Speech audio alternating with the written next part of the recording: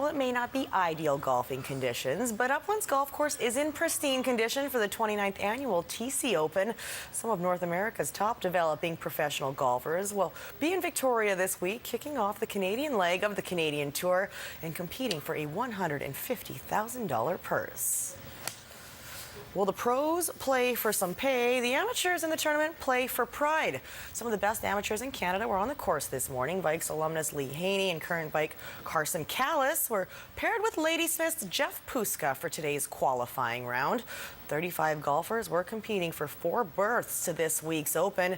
They needed to play aggressive and capitalize on those birdie opportunities. Callis had 7 birdies last Friday in his final round at the Canadian University Championship, and he makes this clutch putt on his 17th hole to finish with a 71. Lee Haney carded the same score, as did 3 others, forcing a 5-man playoff hole for the final 2 qualifying spots.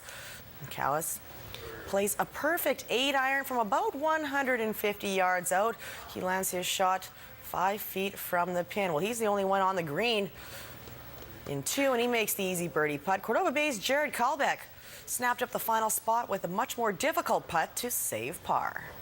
No, I tried a couple of years ago and didn't qualify, but I caddied last year, so it'll be nice to play this year. And represent the island. And represent the island, yeah, with a bunch of other guys too. I'm thrilled, definitely. I wasn't sure if I did enough in my round today, so I'm definitely really happy. Well, you've been playing a lot of golf lately. Well, if I keep, pulling through and getting good results, then it's kind of tough to get tired of it, so hopefully I can keep it going.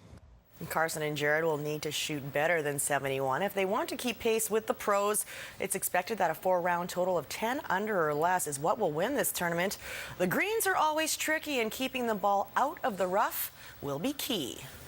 Our master superintendent there, Brian Newell, of course, is great condition. His staff's done a heck of a job. But you're right, the rough is going to be what's going to kill them. If they start hitting it off the fairway, it's not going to be an easy course to play. We do have 3 or 4 past champions here. Mike Grob's going to be here. Daniel Im's going to be here. Brock McKenzie's going to be here. And keep your eyes out for Arden Knoll, past champion from 1996. Wow, that's a veteran name. It's a veteran name, and he's a crowd pleaser, so I think he'll bring out some people. Yeah, that's a long time ago, but he can play. The 2nd annual Robert Cameron Law Cycling Series is in the books. Friday, the sprinters were in the spotlight for the Dallas Road Time Trials. Saturday, the hills of Metchosin was the backdrop for the Provincial Road Race Championship. Yesterday, they capped a weekend of racing with one of our city's finest sporting traditions. Yes, I'm speaking, of course, of the 20th running of the Bastion Square Grand Prix. Local riders like Rob Britton and Alex DeVos were among the 80 riders who whizzed around the tight technical circuit around Bastion Square.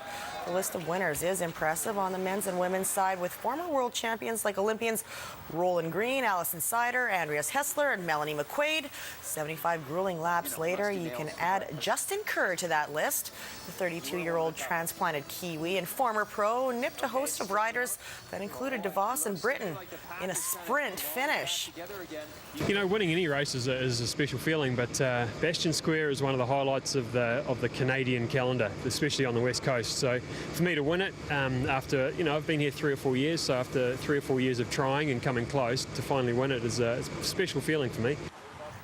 Watching these events unfold without a hitch was a special feeling for organizers. Race director John Watkins says with Bike to Work Week, Ryder Hesjedal's Giro victory, and even some compliance from Mother Nature, cycling in our city has never seen a higher profile. Absolutely. I mean, I'm wondering if all of us are just going to be sick and tired of bikes at the end of the week, but that's very unlikely. I mean, it's so ingrained into the culture of Victoria. Everything just seemed to line up perfectly. We couldn't have asked for a better scenario with Bike to Work Week, with a win by Ryder.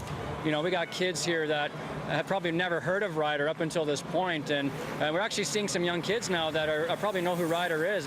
Anyways, it's just a perfect situation for us. Okay, strung out. Congratulations to Shawnigan Lake School and Brentwood College. Both won the BCs for rugby over the weekend on the mainland. So AAA for Shawnigan, AA for Brentwood. Way to go. Well done. All right, thank you. You're welcome.